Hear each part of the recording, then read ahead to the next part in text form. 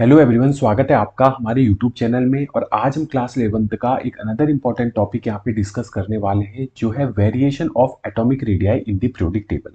इससे पिछली क्लास में हम अभी तक पढ़ चुके हैं कि एटॉमिक रेडियाई क्या होती है। साथ में हमने ये भी देखा कि एक इंडिविजुअल एटम की जो एटॉमिक रेडियाई है उसको कैलकुलेट कर पाना काफ़ी डिफिकल्ट होता है। इसलिए हमने क्या किया, बॉन्डेड एटम की एटॉमिक रेडियाई देखा। उसमें हमने बात कर ली थी बच्चों कोवेलेंट रेडियाई की। साथ में हमने बात कर ली है मेटेलिक रेडियाई की। एंड तीसरा हमने देखा था वंडर वॉल रेडियाई, राइट। इन दोनों को कलेक्टिवली हम एटॉमिक रेडियाई भी कहते हैं। डिस्टिंग्विश कैसे करेंगे कि भाई जो हमारे नॉन मेटल्स हैं, अगर वो सिंगल कोवेलेंट बॉन्ड के द्वारा बॉन्डेड है तो उनके कोवेलेंट रेडियाई चेक करेंगे, और मेटल्स हैं अगर मेटलिक बॉन्ड बनाते हैं तो उनकी हम मेटेलिक रेडियाई कैलकुलेट करने वाले हैं, राइट। तो इनको कलेक्टिवली हम क्या कहते हैं, एटॉमिक रेडियाई कहते हैं। तो बेसिकली यहाँ पे अगर हम वेरिएशन ऑफ एटॉमिक रेडियाई की बात कर रहे हैं तो इसमें दोनों की दोनों हमारी कोवेलेंट रेडियाई और मेटेलिक रेडियाई की बात होगी, राइट। तो पीरियोडिक टेबल में किस प्रकार से एटॉमिक रेडियाई वेरी करती है, ठीक है। जैसे पीरियोडिक टेबल में क्या होते हैं बच्चों, एक तो पीरियड होते हैं, राइट। पीरियड में क्या होता है, लेफ्ट टू राइट हमारे एलिमेंट्स अरेंज होते हैं। क्या होते हैं, लेफ्ट टू राइट। और अगर मैं ग्रुप की बात करूं तो ग्रुप में क्या होता है, टॉप टू बॉटम होता है, टॉप टू बॉटम। अब मेरे लेफ्ट टू राइट जाने पर पीरियोडिक टेबल में एटॉमिक रेडियाई डिक्रीज होगी या फिर इंक्रीज होगी, और ग्रुप में टॉप टू बॉटम जाने पर एटॉमिक रेडियाई डिक्रीज होगी या इंक्रीज होगी। इस चीज का हम यहाँ पे डिस्कशन करने वाले हैं, ठीक है। अब अगर हम बात करें कि लेफ्ट टू राइट जाने पर, फॉर एग्जाम्पल की अगर मैं यहाँ पे बात करूँ, देखो यहाँ पे मैंने क्या किया है, सेकंड पीरियड के एलिमेंट को अरेंज करके लिखा हुआ है, राइट। अब क्या होगा बच्चों, सेकंड पीरियड में ये है एटॉमिक नंबर इंक्रीज हो रहा है अगर हम लेफ्ट टू राइट जा रहे हैं पीरियोडिक टेबल में। दूसरा, मेरे भाई एटॉमिक नंबर इंक्रीज हो रहा है। अगर एटॉमिक नंबर इंक्रीज हो रहा है तो मैं कह सकता हूँ मेरे नंबर ऑफ प्रोटॉन इंक्रीज हो रहे हैं, बिल्कुल हो रहे हैं। साथ में क्या हो रहा है कि जो इलेक्ट्रॉन्स है वो भी तो इंक्रीज हो रहे हैं, बिल्कुल हो रहे हैं। तो ये तीन चीजें हमारे लेफ्ट टू राइट जाने पर इंक्रीज होती है। अब इन चीजों को छोड़ो, अब देखो सिंपल सा एटम। एटम के पास क्या होता है, न्यूक्लियस होता है, और उसके चारों ओर इलेक्ट्रॉन क्या करते हैं, एक ऑर्बिट में चक्कर लगाते हैं। अब ये ऑर्बिट कितनी होगी वो डिसाइड करेगा कि कौन से पीरियड का एलिमेंट है। हम बात कर रहे हैं यहाँ पे सेकंड पीरियड के एलिमेंट्स की, राइट। तो सेकंड पीरियड के एलिमेंट्स में क्या होंगे बच्चों, दो ही ऑर्बिट होंगे, राइट। अब मान लो ये हमारा क्या है, एक सिनेरियो है सेकंड पीरियड के एलिमेंट्स का, राइट, कि इनके पास क्या है, केवल दो ऑर्बिट है। अब ये क्या होता है बच्चों, न्यूक्लियस। न्यूक्लियस के अंदर होता है न्यूट्रॉन, प्लस क्या होता है, प्रोटॉन। प्रोटॉन के ऊपर होता है बच्चों पॉजिटिव चार्ज, और न्यूट्रॉन हमको पता है न्यूट्रल होता है। साथ में ऑर्बिट में क्या होते हैं यहाँ पे, देखो फर्स्ट जो हमारी ऑर्बिट है उसमें तो दो इलेक्ट्रॉन होंगे, सारे के सारे जितने भी सेकंड पीरियड के हैं फर्स्ट में दो ही इलेक्ट्रॉन्स होंगे, ये आपको ध्यान में रखना है। अब सेकंड पीरियड की बात करेंगे, वहां पे भी क्या होगा, इलेक्ट्रॉन परसेंट होगा। जैसे लिथियम की बात कर रहे हैं तो लिथियम के पास क्या है, केवल एक ही इलेक्ट्रॉन सेकंड पीरियड में परसेंट है, राइट। ये एग्जांपल किसका है, लिथियम का। साथ में अगर मैं लिथियम की बात करूं, इसमें नंबर ऑफ प्रोटॉन्स कितने हैं, तीन है। कितने हैं नंबर ऑफ प्रोटॉन्स, तीन है। अब ये तीन जो नंबर ऑफ प्रोटॉन्स है, इनकी जो पावर होती है उसको कहते हैं इफेक्टिव न्यूक्लियर चार्ज। क्या कहते हैं, इफेक्टिव न्यूक्लियर न्यूक्लियर चार्ज। यानी कि जितने ज्यादा मेरे नंबर ऑफ प्रोटॉन परसेंट होंगे किसी भी एटम्स में, उसका इफेक्टिव न्यूक्लियर चार्ज जो है उतना ही ज्यादा होगा। अभी इफेक्टिव न्यूक्लियर चार्ज क्या करता है, ये बच्चों ये करता है इलेक्ट्रॉन को अट्रैक्ट। ये क्या करता है, इलेक्ट्रॉन को अट्रैक्ट। अब एक चीज मुझे बताओ, मान लो कोई एटम है, उसके उसके पास इफेक्टिव न्यूक्लियर चार्ज ज्यादा है, और वो क्या करता है, इलेक्ट्रॉन को अट्रैक्ट करता है। अगर ये इलेक्ट्रॉन को अपनी ओर अट्रैक्ट करेगा तो क्या इसकी रेडियस डिक्रीज नहीं हो जाएगी, बिल्कुल सही समझे आप। अगर इफेक्टिव न्यूक्लियर चार्ज बढ़ेगा तो ये इलेक्ट्रॉन को अपनी ओर पुल करेगा, जिससे क्या होगा बच्चों, जिससे ये हो जाएगा कि पहले जो रेडियस इसकी माना ये थी, अब रेडियस क्या हो जाएगी, थोड़ी और छोटी हो जाएगी। ढंग से बनाने पर समझने की कोशिश करो कि अगर इफेक्टिव न्यूक्लियर चार्ज इंक्रीज हो रहा है तो मेरी रेडियस क्या होगी बच्चों, यहाँ पे डिक्रीज होगी, राइट। अब लेफ्ट टू राइट जाने पर हमारा क्या हो रहा है, हमारी जो ऑर्बिट है ना, ऑर्बिट, वो क्या है, सेकंड ऑर्बिट है और ये फिक्स्ड है। ये क्या है, फिक्स्ड है। इसका मतलब क्या है, इसको मैं ऐसा क्यों बोल रहा हूं, जरा समझते हैं। देखो, लेफ्ट टू राइट जाने पर मेरे नंबर ऑफ प्रोटॉन्स इंक्रीज हो रहे हैं, ठीक है, पहली चीज। इसका मतलब है जो इफेक्टिव न्यूक्लियर चार्ज है वो भी क्या हो रहा है, बढ़ रहा है।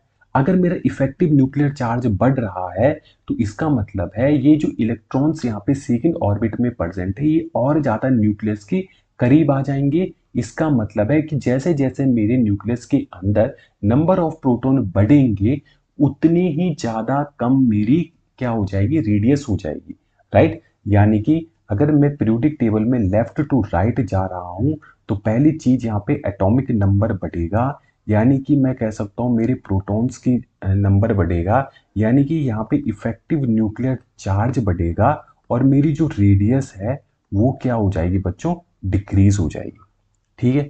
इतना फंडा आपको समझ में आ गया होगा। अब यहाँ पे आपने देखा होगा कि लेफ्ट टू राइट जाने पर यहाँ पे कोई भी रिपल्सन की बात हुई ही नहीं, कि भाई यहाँ पे ना इलेक्ट्रॉनिक इलेक्ट्रॉनिक रिपल्सन है ना इंटर इलेक्ट्रॉनिक रिपल्सन आपको देखने को मिला। एक तीसरा टर्म होता है, देखो, तीसरा टर्म होता है शील्डिंग इफेक्ट। शील्डिंग इफेक्ट या फिर जिसको हम कहते हैं स्क्रीनिंग इफेक्ट।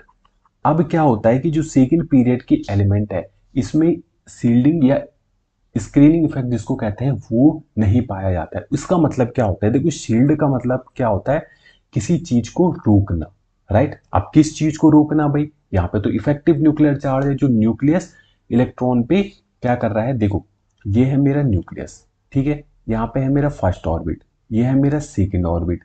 अब ये लग रहा है मेरा इफेक्टिव न्यूक्लियर चार्ज। अब कोई चीज ऐसा होना चाहिए जो इस इफेक्टिव न्यूक्लियर चार्ज को कम करे, ठीक है। तो एटम्स की टर्म में या केमिस्ट्री के टर्म में हम इसको कहते हैं शील्डिंग इफेक्ट, कि भाई जितना इफेक्टिव न्यूक्लियर चार्ज मेरे इस इलेक्ट्रॉन पर लगना चाहिए था उतना नहीं लग रहा है, क्योंकि यहाँ पे शील्डिंग इफेक्ट पिक्चर में आ रहा है। बट सेकेंड पीरियड में शील्डिंग इफेक्ट नहीं होता है, तो इस चीज को आपको ध्यान में रखना है। इसका डिटेल डिस्कशन हम आगे के वीडियो लेक्चर में करने वाले हैं, लेकिन अभी आप समझो कि भाई न्यूक्लियर इफेक्टिव चार्ज को या इफेक्टिव न्यूक्लियर चार्ज को भी कोई चीज ऐसी है जो रोकती है, जिसको हम शील्डिंग या स्क्रीनिंग इफेक्ट कहते हैं, राइट। बट सेकेंड पीरियड में ऐसा होता नहीं है। यही कारण है कि लेफ्ट टू राइट अगर हम जा रहे हैं तो यहाँ पे क्या हो रहा है, नंबर ऑफ प्रोटॉन बढ़ रहा है, इफेक्टिव न्यूक्लियर चार्ज बढ़ रहा है और मेरी रेडियस यहाँ पे डिक्रीज हो रही है, ठीक है। आगे बात समझ में, ओके। अब ये केस जो है हमारा जो नोबेल गैसेस है उसमें काम नहीं आता है। अब ऐसा मैंने क्यों कहा, देखो यहाँ पे अगर आप रेडियस देख रहे होगे, एटॉमिक रेडियस 160 पीपीएम है, सॉरी पीएम है, ठीक है, पिकोमीटर है, जबकि फ्लोरीन की 72 है। अभी हमने पढ़ा कि लेफ्ट टू राइट जाने पर डिक्रीज हो रही है पर यहाँ पे इंक्रीज हो रही है। तो इसका सिंपल सा रीजन क्या है बच्चों, कि जो नियोन है वो क्या है, हमारी नोबेल गैसेस है। हम अभी क्या एटॉमिक रेडियाई हम किस टर्म में बात कर रहे हैं, या तो हम कोवेलेंट रेडियाई की टर्म में बात कर रहे हैं या मेटेलिक रेडियाई की टर्म में बात कर रहे हैं। लेकिन नियोन क्या मेटेलिक बॉन्ड बनाता है या फिर क्या कोवेलेंट बॉन्ड बनाता है, तो आंसर है नहीं, ये कोई बॉन्ड बनाता ही नहीं है। और हमने पिछले वीडियो लेक्चर में पढ़ा था कि जो नॉन बॉन्डेड हमारे एटम होते हैं उनकी एटॉमिक रेडियाई हमेशा ही क्या होती है, ज्यादा होती है अदर देन। अब नियोन कौन से, भाई नियोन जो है कुछ ना कुछ फोर्स तो है जो इनको एटम को अट्रैक्ट करके रखता है, बिल्कुल है। उसके लिए हमने पढ़ा था वॉन्डर वॉल रेडियाई, क्या पढ़ा था, वॉन्डर वॉल रेडियाई। तो जो नियोन है या नोबेल गैसेस हैं उनकी रेडियाई जो हम कैलकुलेट करते हैं वो वॉन्डर वॉल रेडियाई से कैलकुलेट करते हैं। और ये भी हमने पढ़ा है कि जो वॉन्डर वॉल रेडियाई होती है वो हमेशा ही कोवेलेंट और मेटेलिक रेडियाई से बड़ी होती है, राइट। तो ये रीजन भी आपको समझ में आ गया होगा कि जो मेरी नोबेल गैसेस हैं उसकी एटॉमिक रेडियाई ज़्यादा होने का रीजन क्या है, कि वो कोई भी बॉन्ड का फॉर्मेशन नहीं करते हैं। एक्सेप्शन इनमें भी है, राइट। नोबेल गैसेस में कुछ एटम ऐसे होते हैं कि जो बॉन्ड का फॉर्मेशन करते हैं, लेकिन जनरली हम मान लेते हैं कि ये बॉन्ड का फॉर्मेशन नहीं करते हैं, क्योंकि इनमें हम वॉन्डरवॉल रेडियाई देखते हैं। और वॉन्डरवॉल रेडियाई हमारी क्या होती है, हमेशा ही ज़्यादा होती है एटॉमिक रेडियाई से। ठीक है, उम्मीद है यहां तक आपको समझ में आया होगा। लेकिन अभी भी इसमें एक ट्विस्ट है। मैंने यहाँ पे एटॉमिक रेडियस लिख रखी है, देखो भाई, यहाँ पे है 152, फिर हम बेरिलियम में गए डिक्रीज हुई, बोरोन में गए डिक्रीज हुई, कार्बन में गए डिक्रीज हुई, नाइट्रोजन में गए डिक्रीज हुई, ऑक्सीजन में इंक्रीज हो गई, फिर फ्लोरीन में डिक्रीज हो गई। अब ऐसा क्यों हुआ कि भाई नाइट्रोजन से ऑक्सीजन में जाने पर यहां पे और ज्यादा डिक्रीमेंट आना चाहिए था, बट ये होता नहीं है। तो ये एनामोलस बिहेवियर क्यों शो हो रहा है यहाँ पे, तो उस चीज को चलिए समझते हैं। अब जो मैं रिपल्सन रिपल्सन की बात कर रहा था वो यहाँ पे पिक्चर में आता है। ठीक है, देखो, कार्बन की अगर एक चीज आपको ध्यान में देना है कि जब भी आप कंपैरिजन करते हो किसी भी चीज का, तो जो कॉमन चीज है उसको आपको नेग्लेक्ट कर देनी है। ठीक है, अब मैं बात करूं नाइट्रोजन की इलेक्ट्रॉनिक कॉन्फ़िगरेशन की, तो यहाँ पे 2s2 2p3 और ऑक्सीजन का है 2s2 2p4। 2s2 and 2s2 दोनों में सेम है, तो इस चीज को हम इग्नोर कर सकते हैं कि भाई जो इम्पैक्ट इस दो इलेक्ट्रॉन का पड़ेगा नाइट्रोजन के ऊपर, वही इम्पैक्ट ऑक्सीजन के ऊपर भी पड़ेगा, राइट। तो ये दोनों नेग्लेक्ट कर देते हैं। हम बात करेंगे 2p3 की। मैं यहाँ पे 2p3 बना देता हूँ। तो जो हमारी पी ऑर्बिटल होती है उसमें तीन, पी जो सबशेल होती है उसमें तीन हमारी क्या होती है, ऑर्बिटल होती है। कौन कौन सी, पी एक्स, पी वाई और पी जेड, राइट। ये मैं नाइट्रोजन के केस की बात कर रहा हूँ। तो इसमें क्या है, तीन इलेक्ट्रॉन है भाई, एक ऑर्बिटल में एक इलेक्ट्रॉन है यहाँ पे। ऑक्सीजन की अगर मैं बात करूँ तो इसके पास भी, पी के पास तीन ऑर्बिटल है, और इसके केस में क्या है बच्चों, इसके केस में एक ऑर्बिटल में दो इलेक्ट्रॉन्स आ गए। अब ऑक्सीजन के केस में देखो कि एक ऑर्बिटल में दो इलेक्ट्रॉन्स हमारे यहां पर आ गए। दो इलेक्ट्रॉन्स आने का मतलब है कि इलेक्ट्रॉन इलेक्ट्रॉन के बीच में क्या होगा, रिपल्सन होगा। तो यहां पे क्या होता है, यहां पे इंटर इलेक्ट्रॉनिक रिपल्शन होता है। क्या होता है, इंटर इलेक्ट्रॉनिक रिपल्शन होता है, इंटर इलेक्ट्रॉनिक रिपल्शन, राइट। अब ये इंटर इलेक्ट्रॉनिक रिपल्शन क्या करता है, देखो, ये इफेक्टिव जो न्यूक्लियर चार्ज होता है, इफेक्टिव न्यूक्लियर चार्ज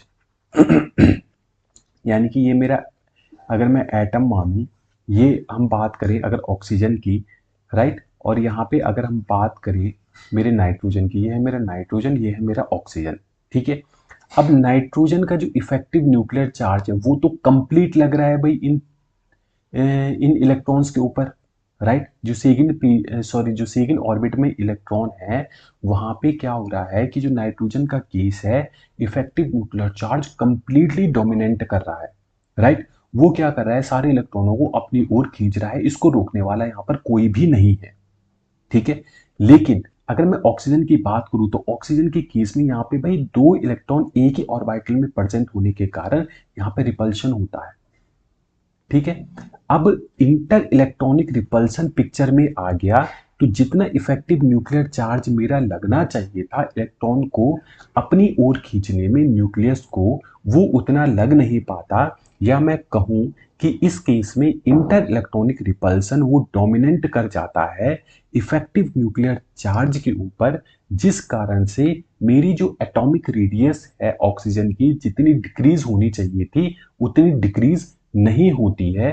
ठीक है, जिसके कारण ये इफेक्टिव जो न्यूक्लियर चार्ज है वो इलेक्ट्रॉन्स के ऊपर नहीं लग पाता है, और इंटर इलेक्ट्रॉनिक रिपल्सन यहाँ पे डोमिनेंट कर जाता है, जिससे नाइट्रोजन की तुलना में मेरी ऑक्सीजन की एटॉमिक रेडियस वो क्या हो जाती है, इंक्रीज हो जाती है। समझ गए। अगर क्वेश्चन पूछा जाता है आपको एग्जाम में कि बताइए भाई एटॉमिक रेडियस ऑक्सीजन की हमारी ज्यादा होती है और नाइट्रोजन की कम होती है, इसके पीछे का रीजन क्या है, तो सिंपल सा एक लाइन का है कि भाई इंटर इलेक्ट्रॉनिक रिपल्सन ऑक्सीजन के केस में डोमिनेंट कर जाता है इफेक्टिव न्यूक्लियर चार्ज के, जिसके कारण हमारी जो एटॉमिक रेडियाई है वो डिक्रीज होने के बजाय वहां पे हल्की सी क्या हो जाती है, इंक्रीज हो जाती है। ठीक है, क्योंकि उसको उतना ज्यादा जो इफेक्टिव न्यूक्लियर चार्ज है वो अपनी ओर पुल नहीं कर पा रहा है, क्योंकि यहाँ पे रिपल्शन भी हो रहा है। ठीक है, लेकिन जैसे ही हम ऑक्सीजन से फ्लोरीन की ओर जाते हैं, ऑक्सीजन से मैं फ्लोरीन की ओर गया, तो मेरा फिर से क्या हो गया बच्चों, यहाँ पे एटॉमिक रेडियाई डिक्रीज हो गई। तो इस केस में अगर मैं फ्लोरीन के केस की बात करूं तो यहाँ पे एक क्वेश्चन ये बनता है कि भाई यहाँ पे तो दो इंटर इलेक्ट्रॉनिक रिपल्शन है। भाई ऑक्सीजन के केस में वन था बट यहाँ पे दो है। तो यहाँ पे क्या होता है फ्लोरीन के केस में, जो इफेक्टिव न्यूक्लियर चार्ज है वो डोमिनेंट कर जाता है इंटर इलेक्ट्रॉनिक रिपल्सन। राइट, यहाँ पे क्या हो जाता है, जैसे चल रहा था माहौल यहाँ नाइट्रोजन तक, वैसे ही ऑक्सीजन के बाद भी चलने लग जाता है। ठीक है, बट उतना डोमिनेंट नहीं कर पाता है कि नाइट्रोजन से इसकी और कम हो जाए। 72 नाइट्रोजन से अभी भी ज्यादा ही है ना एटॉमिक रेडियस, जबकि कम होनी चाहिए थी फ्लोरीन की। बट यहाँ पे क्या होता है, इफेक्टिव न्यूक्लियर चार्ज डोमिनेंट कर जाता है किसकी तुलना में, ऑक्सीजन की तुलना में ज्यादा, जिसके कारण इसकी हल्की सी जो एटॉमिक रेडियस है वो डिक्रीज हो जाती है। ठीक है, तो यहाँ पे आपको क्या ध्यान में रखना है, यहाँ तक नाइट्रोजन तक भाई इफेक्टिव न्यूक्लियर चार्ज डोमिनेंट कर रहा है खतरनाक ढंग से। ठीक है, तो एटॉमिक रेडियस हमारी क्या होगी, यहाँ पे डिक्रीज होगी। ऑक्सीजन के केस में इंटर इलेक्ट्रॉनिक रिपल्सन पिक्चर में आता है और ये डोमिनेंट कर जाता है न्यूक्लियर इफेक्टिव चार्ज के। फ्लोरीन के केस में क्या होता है, फिर रिवर्स पैटर्न यहाँ पे हो जाता है कि इफेक्टिव न्यूक्लियर चार्ज हमारा डोमिनेंट कर जाता है इंटर इलेक्ट्रॉनिक रिपल्सन के, बट नाइट्रोजन से कम। तो देखो ये तो थी एनामोनस बिहेवियर सेकंड पीरियड का, और ये सेकंड पीरियड में ही देखने को मिलता है। राइट, नोबल गैसेस का तो हर किसी के केस में मिलेगा, बट ये जो एनामोनस बिहेवियर नाइट्रोजन के बाद ऑक्सीजन में जो स्टार्ट होता है, ये हमारा सेकंड पीरियड में ही देखने को मिलता है। अब अगर मैं बात करूं थर्ड पीरियड की, तो वहां पे क्या होता है, सिंपल सा कि लेफ्ट टू राइट जाने पर हमारी एटॉमिक जो रेडियस है, हमारी एटॉमिक जो रेडियस है वो बच्चों डिक्रीज होती है। सिंपल सा रीजन है, इफेक्टिव न्यूक्लियर चार्ज बढ़ता है। और इफेक्टिव न्यूक्लियर चार्ज क्यों बढ़ रहा है, क्योंकि एटॉमिक नंबर हमारा बढ़ रहा है, प्रोटॉन्स हमारे बढ़ रहे हैं, वो डोमिनेंट कर जाता है। और सेकंड पीरियड है तो इलेक्ट्रॉन क्या हो रहा है, केवल सेकंड ही ऑर्बिट में इंक्रीज हो रहा है, और यहाँ पे स्क्रीनिंग इफेक्ट भी पिक्चर में नहीं आता है। ठीक है, तो हमने अभी तक देखा कि पीरियड में हम अगर लेफ्ट से राइट जा रहे हैं तो जनरली मेरी एटॉमिक जो रेडियस है वो क्या होती है, कम होती है। एक्सेप्शन नोबल गैस और सेकंड पीरियड में हमने डिस्कस कर दिया। अब हम बात करते हैं बच्चों किसकी, अब हम बात करते हैं कि variation variation in group, variation in group. अगर मैं ग्रुप की बात करूं, चलो एक ग्रुप को यहां पे लिख लेते हैं, जैसे hydrogen, lithium, sodium, potassium, rubidium. ठीक है, ये क्या है, first period, second, third, fourth and fifth. ठीक है, 5 पीरियड हमने लिख दी। अब ये जो पीरियड का नंबर है ना, ये मेरा क्या है बच्चों, बेसिकली ये है हमारा प्रिंसिपल क्वांटम नंबर। ये क्या है, प्रिंसिपल क्वांटम नंबर। अब देखो, हम अगर टॉप से बॉटम की ओर जा रहे हैं तो क्या क्या होगा, पहली चीज मेरा एटॉमिक नंबर इंक्रीज होगा। अब आप कहोगे एटॉमिक नंबर इंक्रीज हो रहा है तो इसका मतलब हमारा जो इफेक्टिव न्यूक्लियर चार्ज है वो भी इंक्रीज हो रहा है। बिल्कुल हो रहा है। अब आप कहोगे कि इफेक्टिव न्यूक्लियर चार्ज अगर मेरा इंक्रीज हो रहा है, तो अभी अभी हमने पढ़ा कि इफेक्टिव न्यूक्लियर चार्ज अगर इंक्रीज हो रहा है तो यहाँ पे एटॉमिक जो रेडियस है वो भी क्या होनी चाहिए, हमारी डिक्रीज होनी चाहिए, क्योंकि भाई इफेक्टिव न्यूक्लियर चार्ज हमारा यहाँ पे बढ़ रहा है तो एटॉमिक रेडियस डिक्रीज होनी चाहिए। बट जब भी हम टॉप टू बॉटम जाते हैं तो एटॉमिक जो रेडियस है वो यहाँ पे इंक्रीज होती है। तो उसका रीजन क्या है, तो उसका रीजन है बच्चों तीसरा। तीसरा क्या है, यहाँ पे नंबर ऑफ ऑर्बिट वो क्या होती है, इंक्रीज होती है। ठीक है, जब हम क्या करते हैं, ग्रुप में टॉप टू बॉटम जाते हैं, तो जैसे हाइड्रोजन से मैं लिथियम में गया तो मेरी नंबर ऑफ ऑर्बिट इंक्रीज हुई। ऐसा क्यों, क्योंकि यहाँ पे प्रिंसिपल क्वांटम नंबर जो है, क्वांटम नंबर प्रिंसिपल जो क्वांटम नंबर है वो एक यूनिट जो है इंक्रीज होता है। देखो फर्स्ट से मैं सेकंड में आया, हाइड्रोजन के पास एक ऑर्बिट है, लिथियम के पास 2 है, सोडियम के पास 3 है, पोटेशियम के पास 4 है, रुबिडियम के पास 5। ठीक है, तो सिंपल सी बात है, अगर हाइड्रोजन की मैं बात करूं तो हाइड्रोजन के पास एक ऑर्बिट है, लिथियम की अगर मैं बात करूं तो लिथियम के पास 2 ऑर्बिट है। सोडियम की अगर मैं बात करूं तो सोडियम के पास 3 है यहाँ पे। तो जैसे जैसे हम डाउन द ग्रुप जाते हैं, मेरे नंबर ऑफ ऑर्बिट बढ़ते हैं। हाँ, नंबर ऑफ ऑर्बिट बढ़ते हैं। नंबर ऑफ ऑर्बिट बढ़ने से क्या होगा, मेरा जो इफेक्टिव न्यूक्लियर चार्ज है, जो एटॉमिक नंबर के साथ बढ़ रहा है, वो एक साइड है। लेकिन यहाँ पे ऑर्बिट ही बढ़ जा रही है। अगर ऑर्बिट बढ़ रही है तो सिंपल सी बात है यार कि मेरा एटॉमिक रेडियस भी क्या हो रहा है, यहाँ पे इंक्रीज हो रहा है। तो इफेक्टिव न्यूक्लियर चार्ज यहाँ पे डोमिनेट नहीं कर पाता है। क्यों? क्योंकि यहाँ पे डाउन द ग्रुप जाने पर प्रिंसिपल क्वांटम नंबर 1 यूनिट बढ़ता है। यानी कि इनडायरेक्टली हम कहें, मेरे नंबर ऑफ ऑर्बिट यहाँ पे ग्रेजुअली इंक्रीज होते हैं, जिसके कारण यहाँ पे क्या होता है, जनरली फिर से कह रहा हूं, मेरी एटॉमिक रेडियस इंक्रीज होती है। अब जनरली वर्ड मैंने क्यों यूज किया, क्योंकि अभी तक जो हमने एटॉमिक रेडियस देखा, वो हमने मेन ग्रुप का देखा। किसका देखा? Main group element. और 11th में आपके पास मेन ग्रुप एलिमेंट है, यानी कि S and P block. S and P block. तो यहाँ पे भी ग्रुप में भी जो मैंने जनरली वर्ड यूज किया है, इसका मतलब कहीं ना कहीं अगर हम डी ब्लॉक में देखें या एफ ब्लॉक में देखें, तो वहां पे कुछ ना कुछ घपला जरूर होगा एटॉमिक रेडियस का। तो उस घपले को हम वहीं पे डिस्कस करेंगे। और अभी आपको टेंशन लेने की जरूरत नहीं है, क्योंकि 11th में जितना मैंने पढ़ा है उतना सफिशियंट है। और जैसे जैसे आगे आपके टॉपिक बढ़ते जाएंगे, जहाँ पे डिस्कशन आएगा, वहां पे हम उन चीजों को डिस्कस करने वाले हैं। तो यहाँ पे जो मेन चीजें हैं जो हमने सीखी है, उनको जरा समराइज कर लेते हैं। पहली चीज, अगर मैं देखूं पीरियोडिक टेबल में, अगर मैं पीरियोडिक टेबल में देखूं, तो सबसे लेफ्ट में जो मेरे एटम होते हैं, सबसे लेफ्ट में जो एटम्स होते हैं, मुझे ये बताओ उनकी जो एटॉमिक रेडियाई होती है, एटॉमिक रेडियाई जो होती है, वो सबसे ज्यादा होगी या सबसे कम होगी? देखो, हमें पता है कि लेफ्ट टू राइट जाने पर, हमने क्या पढ़ा कि लेफ्ट टू राइट जाने पर जो एटॉमिक रेडियाई है, वो क्या होती है बच्चों? डिक्रीज होती है। यानी कि सबसे लेफ्ट साइड में, यानी कि सबसे लेफ्ट, पीरियोडिक टेबल के सबसे लेफ्ट में जितने भी एटम्स हैं, उनकी एटॉमिक रेडियाई हमेशा ही क्या होगी? ज्यादा होगी। ठीक है। और राइट में जितने भी होंगे, राइट में जितने भी एलिमेंट हमारे होंगे, जैसे हमारे अगर हम बात करें, फ्लोरीन हो गया, क्लोरीन हो गया, आयोडीन हो गया, ये सब के सब, इनकी एटॉमिक रेडियाई हमेशा क्या होगी? सबसे कम होगी। राइट। तो एटॉमिक रेडियाई हमने यहाँ पे डिस्कस कर दिया है। सेम थिंग हमारी किस में जाती है? वॉन्डरवॉल रेडियाई में। सारे कॉन्सेप्ट वहाँ पे वॉन्डरवॉल रेडियाई में लगा लो।